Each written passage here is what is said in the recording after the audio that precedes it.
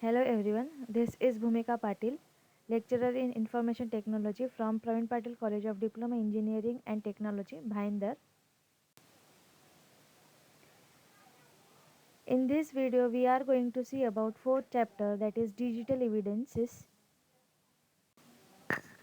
The learning outcomes of these chapters are digital evidences, rules of digital evidences, characteristics of digital evidences, types of evidences, challenges in evidence handling, volatile evidences. Here are some subpoints of each and every outcome. Challenges in evidence handling. While responding to a computer security incident, a failure to adequately document is one of the most common mistakes made by computer security professionals.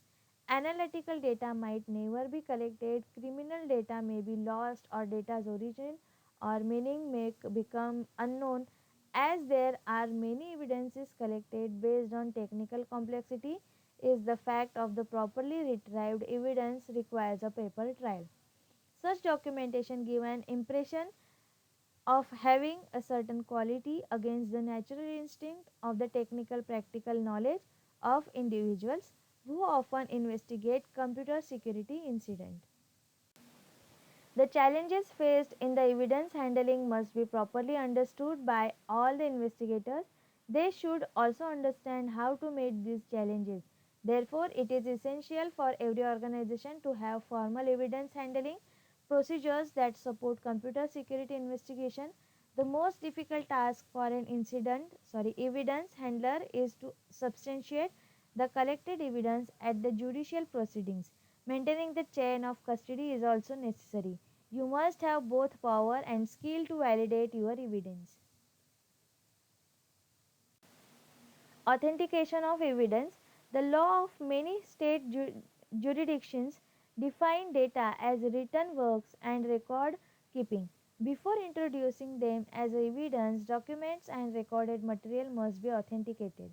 The evidence that are collected by any person or investigator should be collected using authenticate method and techniques because during court proceedings these will become major evidences to prove the crime. In other words, for providing a piece of evidence of the testimony, it is necessary to have an authenticated evidence by a spectator who has a personal knowledge to its origin. For an evidence to be admissible, it is necessary that it should be authenticated, otherwise, the information cannot be presented to judging only. The matter of record is that the evidence collected by any person should meet the demand of authentication. The evidence collected must have some sort of internal documentation that records the manner of collected information. Chain of custody. What is the chain of custody in computer forensic? The chain of custody in digital forensic can also be referred to as the forensic link, the the paper trail, or the chronological documentation of electronic evidence. It indicates the collection of sequence of control, transfer and analysis. It also documents each person who handled the evidence, the date or time it was collected or transferred, and the purpose of the transfer. Why it is important to maintain the chain of custody? It is important to maintain the chain of custody to preserve the integrity of the evidence and prevent it from contamination, which can alter the state of the evidence. If not preserved, the evidence presented in court might be challenged and ruled inadmissible. Importance to the examiner. Suppose that as the examiner you obtain metadata for a piece of evidence, however, you are unable to extract meaningful information from it. The fact that there is no meaningful information within the metadata does not mean that the evidence is insufficient. The chain of custody in this case helps show where the possible evidence might lie, where it came from, who created it, and the type of equipment that was used. That way, if you want to create an example, you can get that equipment, create a exemplar, and compare it to the evidence to confirm the evidence properties. Importance to the court.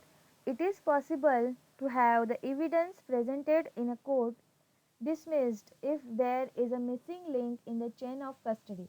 It is therefore important to ensure that a wholesome and meaningful chain of custody is presented along with the evidence at the court. What is the procedure to establish the chain of custody? In order to ensure that the chain of custody is as authentic as possible, a series of steps must be followed. It is important to note that the more information a forensic expert obtains concerning the evidence at hand, the more authentic is the created chain of custody. Due to this, it is important to obtain administrator information about the evidence. For instance, the administrative log, date, and file info, and who accessed the files. You should ensure the following procedures is followed according to the chain of custody for electronic evidences. Save the original materials. You should always work on copies of the digital evidences as opposed to the original. This ensures that you are able to compare your work product to the original that you preserved unmodified. Take photos of physical evidences. Photos of physical electronic evidences establish the chain of custody and make it more authentic. Take screenshots of digital evidence content.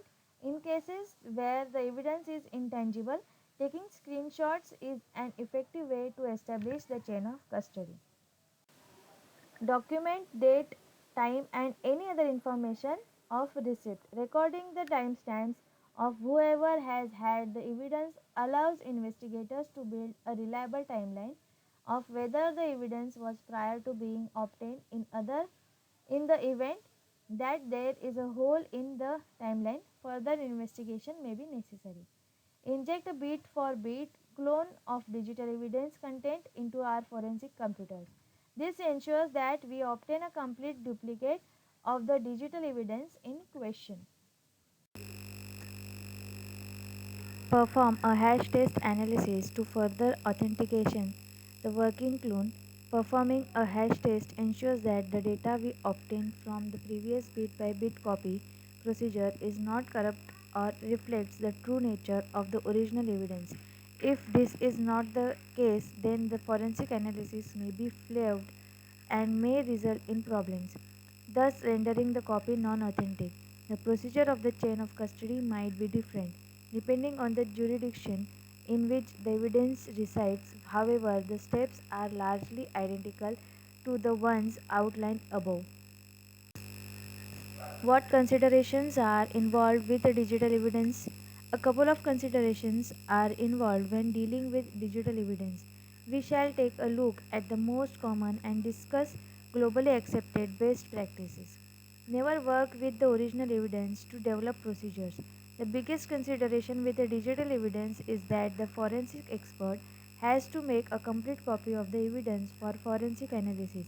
This cannot be overlooked because when errors are made to working copies or comparisons are required, it will be necessary to compare the original and copies. Use clean collecting media. It is important to ensure that the examiner's storage device is forensically clean when acquiring the evidence. This prevents the original copies from damage. Think of a situation where the examiner's data evidence collecting media is infected by malware.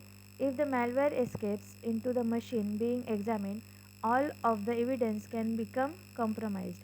Document any extra scoop. During the course of an examination, information of evidentiary value may be found that is beyond the scope of the current legal authority. It is recommended that this information be documented and brought to the attention of the case agent because the information may be needed to obtain additional search authorities.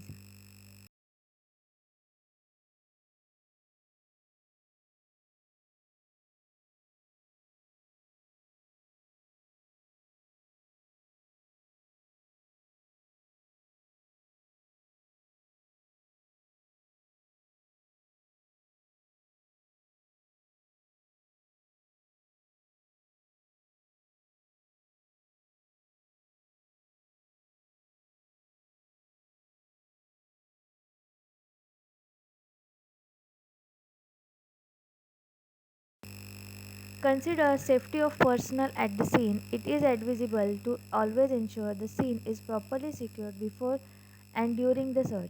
In some cases, the examiner may only have the opportunity to do the following while on site: identify the number and type of computers, determine if a network is present, interview the system administrator and users, identify and document the types and value of media including removable media, document the location from which the media was removed, identify off-site storage areas and or remote computing locations, identify proprietary software, determine the operating system in question. Document date, time, and any other information of receipt. Recording the timestamps of whoever has had the evidence allows investigators to build a reliable timeline of whether the evidence was prior to being obtained. In the event that there is a hole in the timeline, further investigation may be necessary. Inject a bit for bit clone of digital evidence content into our forensic computers.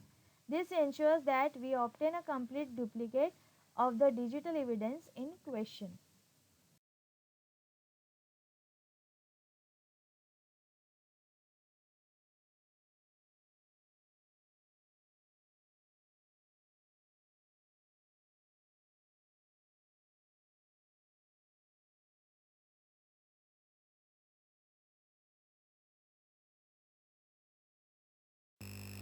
If there is a break in the chain of custody brought to the attention of the court, then the court has to decide whether the branch is so severe as to meet exclusion of the item from trial. Alternately, the court can decide that the trier need to decide the value of the evidence. To prevent a breach, a forensic investigation should follow a written policy so that necessary deviation of the policy can be argued. The policy itself should take all reasonable precautions against tampering. Thank you.